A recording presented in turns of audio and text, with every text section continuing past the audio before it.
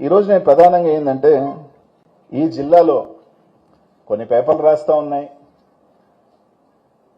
గత ప్రభుత్వంలో ఏ రోజు మైన్ ఓనర్లు కోర్టు ఎక్కల. సార్ మా మైన్లు ఓపెన్ చేయండి అని కోర్టుకు వెళ్ళారు. మైన్ ఓనర్ల కోర్టుకు వెళ్ళారన్న. కోర్టు ఏమిచ్చింది?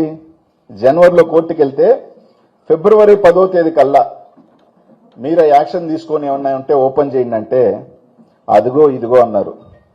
లాస్ట్కి మైన్ ఓనర్లు కంటెంప్ట్కి వెళ్ళారు.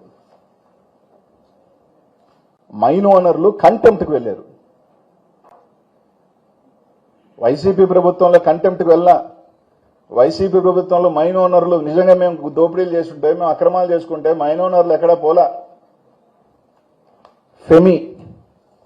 ఫెమి అంటే ఒక mineral association, federation of mineral industry, FIMI ఇండియాకి సంబంధించిన వాళ్ళు ఒక లెటర్ రాశారు.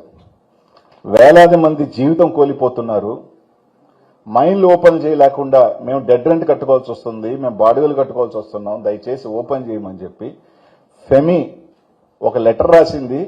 మైనింగ్ సెక్రటరీ కాంతారావు గారిని కలిశారు. ఇది కాకుండా ట్విట్టర్లో ఈ రాష్ట్ర ముఖ్యమంత్రిని ట్యాగ్ చేస్తూ రాసిన వార్తలు ఇవన్నీ కూడా ట్విట్టర్లో.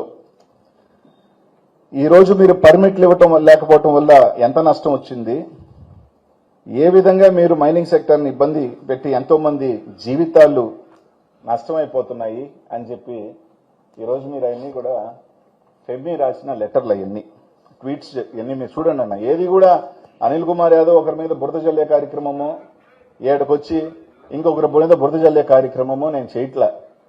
ఇది అన్నీ కూడా రికార్డెడ్ ఎవిడెన్సెస్. ఇవన్నీ కూడా